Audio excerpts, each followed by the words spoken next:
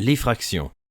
Le lendemain du jour où avait eu la conversation que nous venons de rapporter, le comte de Monte Cristo était en effet parti pour Auteuil avec Ali, plusieurs domestiques et des chevaux qu'il voulait essayer. Ce qui avait surtout déterminé ce départ, auquel il ne songeait même pas la veille, et auquel Andrea ne songeait pas plus que lui, c'était l'arrivée de Bertuccio qui, revenu de Normandie, rapportait des nouvelles de la maison et de la corvette. La maison était prête, et la corvette, arrivée depuis 8 jours et à l'ancre dans une petite anse, où elle se tenait avec son équipage de 6 hommes, après avoir rempli toutes les formalités exigées, était déjà en état de reprendre la mer. Le comte loua le zèle de Bertuccio et l'invita à se préparer à un prompt départ, son séjour en France ne devant plus se prolonger au-delà d'un mois. Maintenant, lui dit-il, je puis avoir besoin d'aller en une nuit de Paris au Tréport. Je veux 8 relais échelonnés sur la route, qui me permettent de faire 50 lieues en 10 heures. Votre Excellence avait déjà manifesté ce désir, répondit Bertuccio, et les chevaux sont tout prêts. Je les ai achetés et cantonnés moi-même aux endroits les plus commodes, c'est-à-dire dans des villages où personne ne s'arrête ordinairement. C'est bien, dit Monte Cristo. Je reste ici un jour ou 2. Arrangez-vous en conséquence.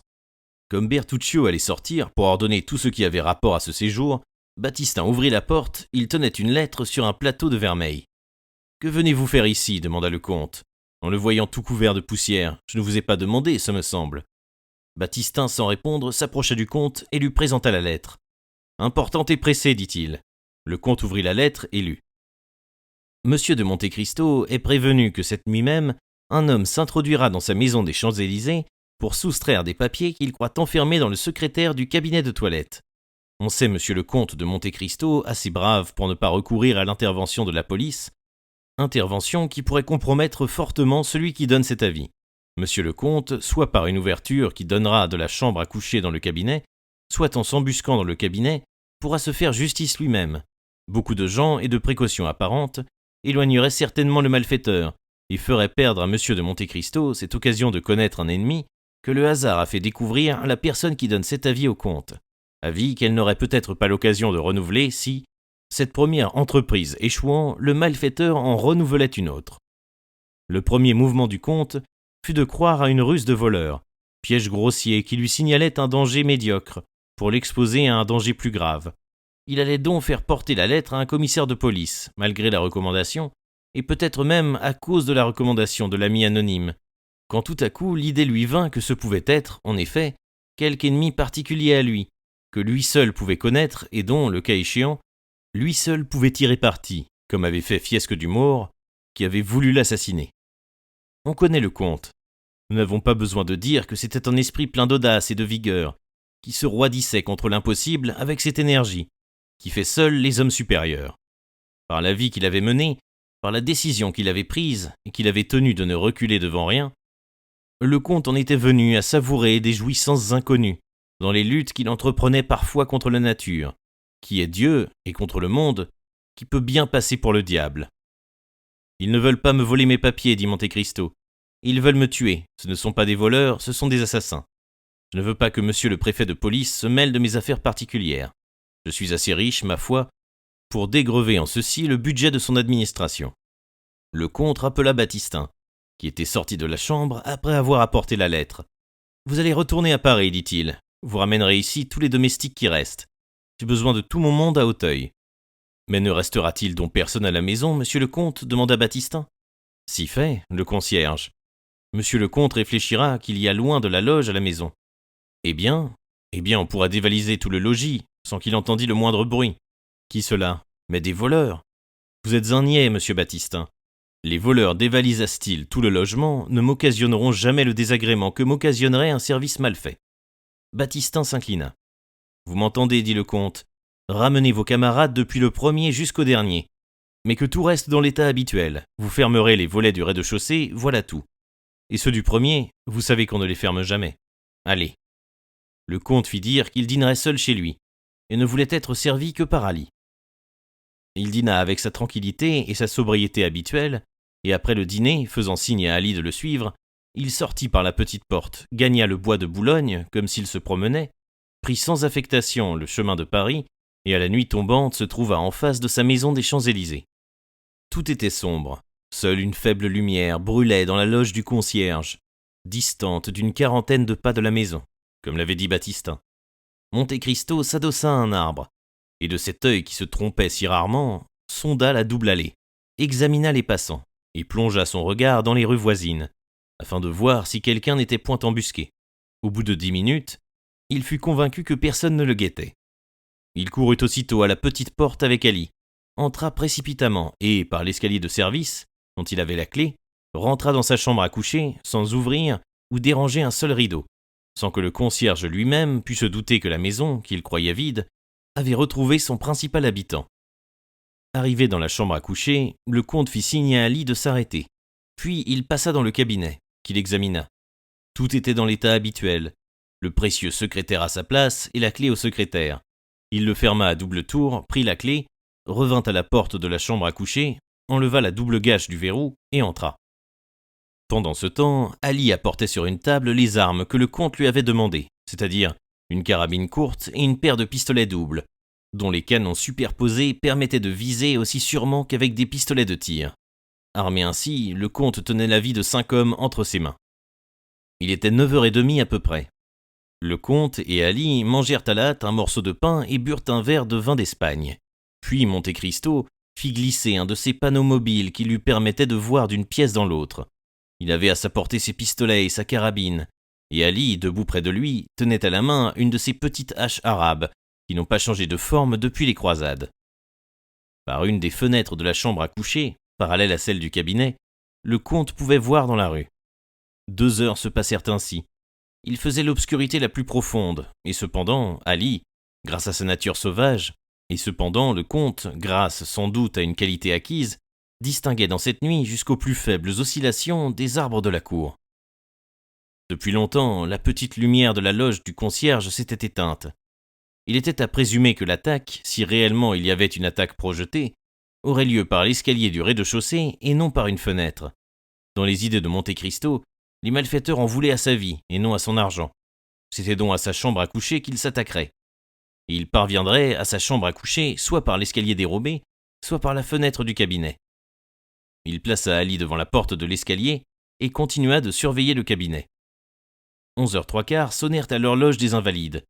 Le vent d'ouest apportait sur ses humides bouffées la lugubre vibration des 3 coups. Comme le dernier coup s'éteignait, le comte crut entendre un léger bruit du côté du cabinet. Ce premier bruit, ou plutôt ce premier grincement, fut suivi d'un second, puis d'un troisième. Au 4e, le comte savait à quoi s'en tenir. Une main ferme et exercée était occupée à couper les 4 côtés d'une vitre avec un diamant. Le comte sentit battre plus rapidement son cœur. Si endurcis au danger que soient les hommes, si bien prévenus qu'ils soient du péril, ils comprennent toujours, au frémissement de leur cœur et au frissonnement de leur chair, la différence énorme qui existe entre le rêve et la réalité, entre le projet et l'exécution. Cependant, Monte Cristo ne fit qu'un signe pour prévenir Ali. Celui-ci, comprenant que le danger était du côté du cabinet, fit un pas pour se rapprocher de son maître.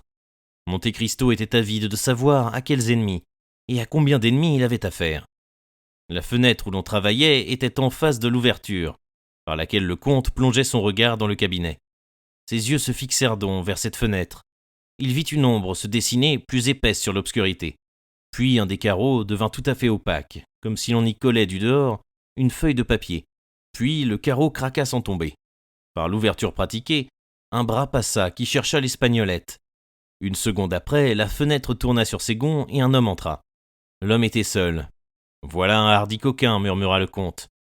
En ce moment, il sentit qu'Ali lui touchait doucement l'épaule. Il se retourna. Ali lui montrait la fenêtre de la chambre où ils étaient et qui donnait sur la rue. Monte Cristo fit 3 pas vers cette fenêtre. Il connaissait l'exquise délicatesse des sens du fidèle serviteur. En effet, il vit un autre homme qui se détachait d'une porte et, montant sur une borne, semblait chercher à voir ce qui se passait chez le comte. « Bon, dit-il, ils sont 2. L'un agit, l'autre guette. » Il fit signe à Ali de ne pas perdre des yeux l'homme de la rue et revint à celui du cabinet. Le coupeur de vitres était entré et s'orientait les bras tendus en avant. Enfin, il parut s'être rendu compte de toute chose.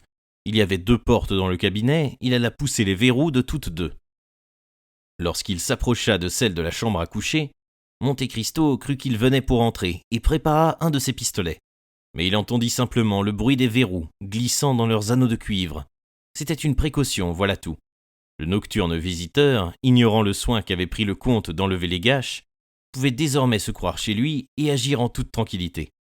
Seul et libre de tous ses mouvements, l'homme alors tira de sa large poche quelque chose, que le comte put distinguer, posa ce quelque chose sur un guéridon, puis il alla droit au secrétaire, le palpa à l'endroit de la serrure, et s'aperçut que, contre son attente, la clé manquait. Mais le casseur de vitres était un homme de précaution, et qui avait tout prévu. Le comte entendit bientôt ce froissement du fer contre le fer que produit, quand on le remue, ce trousseau de clés informe qu'apportent les serruriers quand on les envoie chercher pour ouvrir une porte, et auquel les voleurs ont donné le nom de rossignols, sans doute à cause du plaisir qu'ils éprouvent à entendre leur chant nocturne, lorsqu'ils grincent contre le pêne de la serrure. « Ah ah » murmura Monte Cristo, avec un sourire de désappointement. « Ce n'est qu'un voleur. » Mais l'homme, dans l'obscurité, ne pouvait choisir l'instrument convenable. Il eut alors recours à l'objet qu'il avait posé sur le guéridon. Il fit jouer un ressort, et aussitôt une lumière pâle, mais assez vive cependant pour qu'on pût la voir, envoya son reflet doré sur les mains et sur le visage de cet homme.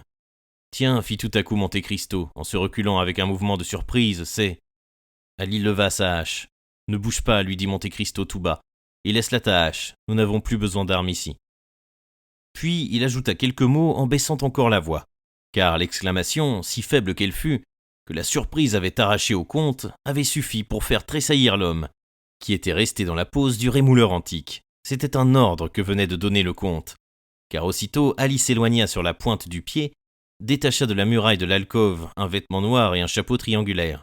Pendant ce temps, Monte Cristo ôtait rapidement sa redingote, son gilet et sa chemise, et l'on pouvait, grâce aux rayons de lumière filtrant par la fente du panneau, reconnaître sur la poitrine du comte une de ces souples et fines tuniques de mailles d'acier, dont la dernière, dans cette France où l'on ne craint plus les poignards, fut peut-être portée par le roi Louis XVI, qui craignait le couteau pour sa poitrine et qui fut frappé d'une hache à la tête.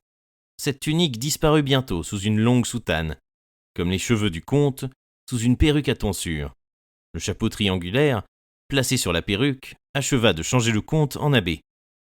Cependant, l'homme, n'entendant plus rien, s'était relevé, et pendant le temps que Monte Cristo opérait sa métamorphose, était allé droit au secrétaire, dont la serrure commençait à craquer sous son rossignol.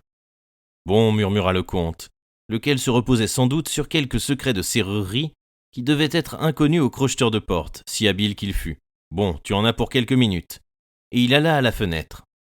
L'homme qu'il avait vu monter sur une borne en était descendu. Il se promenait toujours dans la rue, mais chose singulière, au lieu de s'inquiéter de ceux qui pouvaient venir, soit par l'avenue des Champs-Élysées, soit par le faubourg Saint-Honoré, il ne paraissait préoccupé que de voir ce qui se passait chez le comte, et tous ses mouvements avaient pour but de voir ce qui se passait dans le cabinet. Monte Cristo, tout à coup, se frappa le front et laissa errer sur ses lèvres entr'ouvertes un rire silencieux. Puis, se rapprochant d'Ali, « Demeure ici » lui dit-il tout bas, « caché dans l'obscurité, et quel que soit le bruit que tu entendes, quelque chose qui se passe, n'entre et ne te montre que si je t'appelle par ton nom. » Ali fit signe de la tête, qu'il avait compris et qu'il obéirait. Alors Monte Cristo tira d'une armoire une bougie tout allumée, et au moment où le voleur était le plus occupé à sa serrure, il ouvrit doucement, ayant soin que la lumière qu'il tenait à la main ne donnât tout entière sur son visage. La porte tourna si doucement que le voleur n'entendit pas le bruit, mais à son grand étonnement, il vit tout à coup la chambre s'éclairer. Il se retourna. « Eh bien, bonsoir, cher monsieur Caderousse, » dit Monte Cristo. « Que diable venez-vous donc faire ici à une heure pareille ?»« L'abbé Busoni » s'écria Caderousse. Et ne sachant pas comment cette étrange apparition était venue jusqu'à lui, puisqu'il avait fermé les portes, il laissa tomber son trousseau de fausses clés et resta immobile et comme frappé de stupeur. Le comte alla se placer entre Caderousse et la fenêtre, coupant ainsi au voleur terrifié son seul moyen de retraite. « L'abbé Busoni » répéta Caderousse en fixant sur le comte des yeux hagards.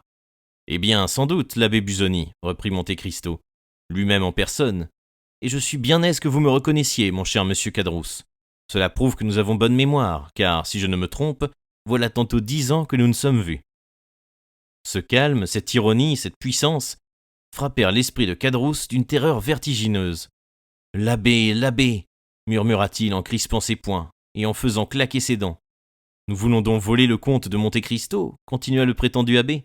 « Monsieur l'abbé » murmura Caderousse, cherchant à gagner la fenêtre que lui interceptait impitoyablement le comte. « Monsieur l'abbé, je ne sais, je vous prie de croire, je vous jure, Un carreau coupé, continua le comte, une lanterne sourde, un trousseau de rossignols, un secrétaire à demi forcé.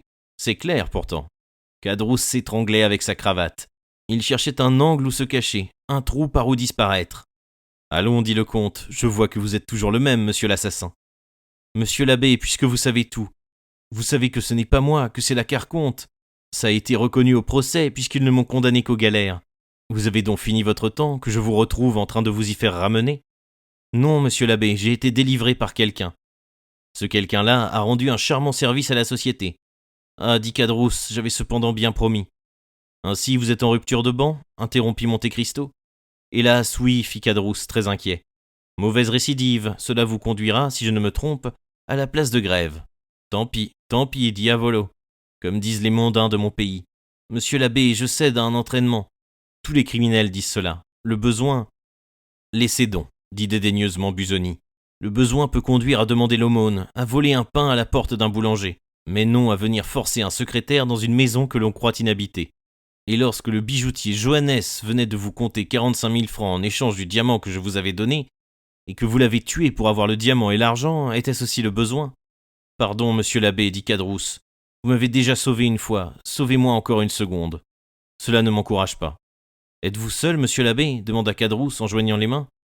Ou bien avez-vous là des gendarmes tout prêts à me rendre?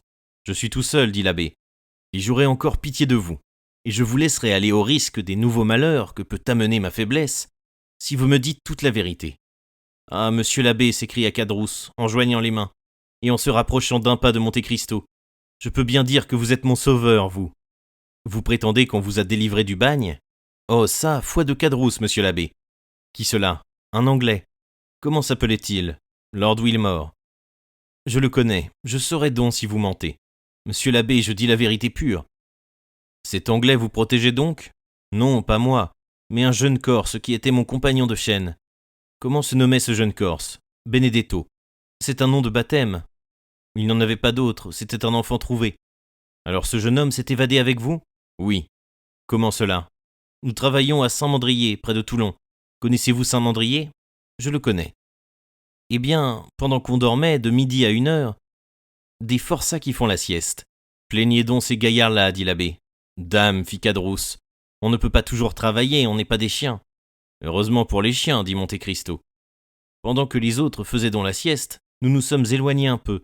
Nous avons scié nos fers avec une lime que nous avait fait parvenir l'Anglais, et nous nous sommes sauvés à la nage. Et qu'est devenu ce Benedetto? Je n'en sais rien. Vous devez le savoir, cependant. Non, en vérité, nous nous sommes séparés hier, et pour donner plus de poids à sa protestation, Caderousse fit encore un pas vers l'abbé, qui demeura immobile, à sa place, toujours calme et interrogateur. Vous mentez, dit l'abbé Busoni, avec un accent d'irrésistible autorité. Monsieur l'abbé, vous mentez, cet homme est encore votre ami, et vous vous servez de lui comme d'un complice, peut-être. Oh, monsieur l'abbé, depuis que vous avez quitté Toulon, comment avez-vous vécu? Répondez. Comme j'ai pu. Vous mentez, reprit une troisième fois l'abbé, avec un accent plus impératif encore. Caderousse, terrifié, regarda le comte. Vous avez vécu, reprit celui-ci, de l'argent qu'il vous a donné. Eh bien, c'est vrai, dit Caderousse. Benedetto est devenu un fils de grand seigneur. Comment peut-il être fils d'un grand seigneur? Fils naturel. Et comment nommez-vous ce grand seigneur? Le comte de Monte Cristo, celui-là même chez qui nous sommes. Benedetto, le fils du comte? Reprit Monte Cristo, étonné à son tour. Dame, il faut bien le croire, puisque le comte lui a trouvé un faux père, puisque le comte lui fait 4 000 francs par mois, puisque le comte lui laisse 500 000 francs par son testament. Ah ah, fit le faux abbé, qui commençait à comprendre. Et quel nom porte, en attendant, ce jeune homme? Il s'appelle Andrea Cavalcanti. Alors c'est ce jeune homme que mon ami le comte de Monte Cristo reçoit chez lui, et qui va épouser mademoiselle Danglars? Justement. Et vous souffrez cela, misérable, vous qui connaissez sa vie et sa flétrissure? Pourquoi voulez-vous que j'empêche un camarade de réussir, dit Caderousse. C'est juste, ce n'est pas à vous de prévenir monsieur Danglars, c'est à moi. Ne faites pas cela, monsieur l'abbé. Et pourquoi? Parce que c'est notre pain que vous nous feriez perdre. Et vous croyez que, pour conserver le pain à des misérables comme vous, je me ferais le fauteur de leurs ruses, le complice de leurs crimes? Monsieur l'abbé, dit Caderousse en se rapprochant encore. Je dirai tout. À qui? À monsieur Danglars. Tron de l'air, s'écria Caderousse, en tirant un couteau tout ouvert de son gilet, et en frappant le comte au milieu de la poitrine. Tu ne diras rien à l'abbé. » Au grand étonnement de Cadrousse, le poignard, au lieu de pénétrer dans la poitrine du comte, rebroussa émoussé. En même temps, le comte saisit de la main gauche le poignet de l'assassin, et le tordit avec une telle force que le couteau tomba de ses doigts roidis, et que Cadrousse poussa un cri de douleur.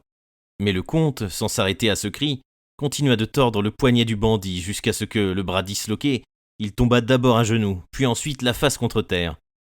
Le comte appuya son pied sur sa tête et dit « Je ne sais pas qui me retient de te briser le crâne, scélérat. »« Ah, grâce, grâce !» cria Cadrousse. Le comte retira son pied. « Relève-toi, dit-il. » Cadrousse se releva. « Tudieu, quel poignet vous avez, monsieur l'abbé !» dit Cadrousse, caressant son bras tout meurtri par les tenailles de chair qu'il avait étreint.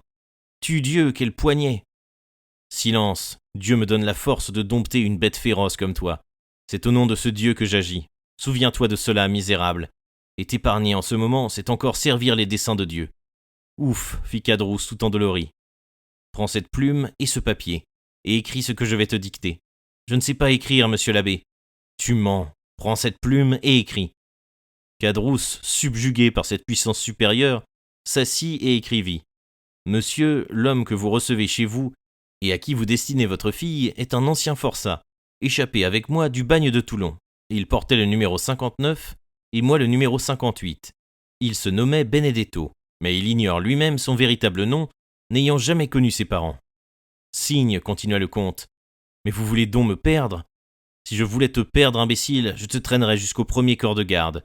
D'ailleurs, à l'heure où le billet sera rendu à son adresse, il est probable que tu n'auras plus rien à craindre. Signe donc. » Cadrousse signa. L'adresse ? À monsieur le baron Danglars, banquier, rue de la Chaussée-d'Antin. Cadrousse écrivit l'adresse. L'abbé prit le billet. Maintenant, dit-il, c'est bien. Va-t'en. Par où ? Par où tu es venu ? Vous voulez que je sorte par cette fenêtre ? Tu y es bien entré. Vous méditez quelque chose contre moi, monsieur l'abbé ? Imbécile, que veux-tu que je médite ? Pourquoi ne pas m'ouvrir la porte ? À quoi bon réveiller le concierge ? Monsieur l'abbé, dites-moi que vous ne voulez pas ma mort. Je veux ce que Dieu veut. Mais jurez-moi que vous ne me frapperez pas tandis que je descendrai. Sot et lâche que tu es. Que voulez-vous faire de moi ? Je te le demande.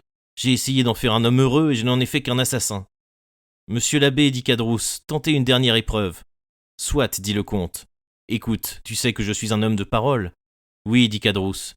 Si tu rentres chez toi sain et sauf, à moins que ce ne soit de vous, qu'ai-je à craindre ? Si tu rentres chez toi sain et sauf, quitte Paris, quitte la France, et partout où tu seras, tant que tu te conduiras honnêtement, je te ferai passer une petite pension. Car si tu rentres chez toi sain et sauf, eh bien, demanda Cadrousse en frémissant, eh bien, je croirai que Dieu t'a pardonné, et je te pardonnerai aussi. Vrai comme je suis chrétien, balbutia Cadrousse en reculant, vous me faites mourir de peur. Allons, va-t'en, dit le comte, en montrant du doigt la fenêtre à Cadrousse. Cadrousse, encore mal rassuré par cette promesse, enjamba la fenêtre et mit le pied sur l'échelle. Là, il s'arrêta tremblant. Maintenant, descends, dit l'abbé en se croisant les bras. Cadrousse commença de comprendre qu'il n'y avait rien à craindre de ce côté et descendit. Alors le comte s'approcha avec la bougie, de sorte qu'on put distinguer des Champs-Élysées cet homme qui descendait d'une fenêtre éclairée par un autre homme. « Que faites-vous donc, monsieur l'abbé » dit Cadrousse, « s'il passait une patrouille ?» Et il souffla la bougie. Puis il continua de descendre.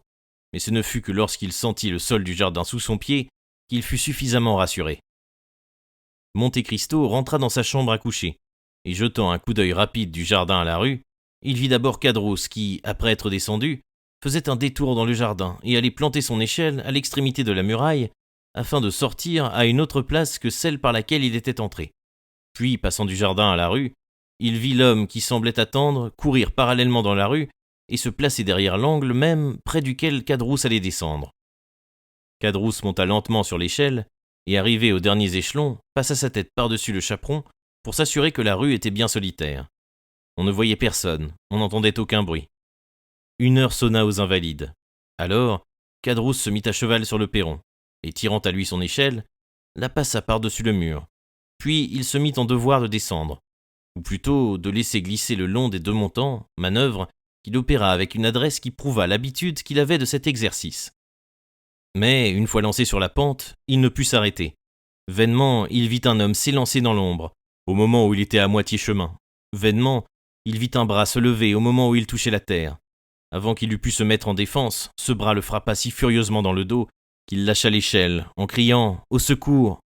Un second coup lui arriva presque aussitôt dans le flanc, et il tomba en criant « Au meurtre !»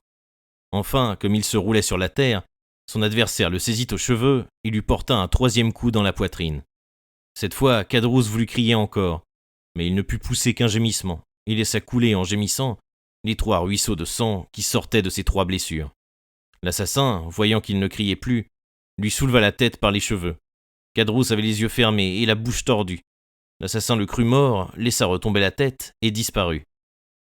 Alors, Cadrousse, le sentant s'éloigner, se redressa sur son coude et, d'une voix mourante, cria dans un suprême effort « À l'assassin, je meurs! À moi, monsieur l'abbé, à moi !» Ce lugubre appel perça l'ombre de la nuit. La porte de l'escalier dérobé s'ouvrit, puis la petite porte du jardin et Allier et son maître accoururent avec des lumières.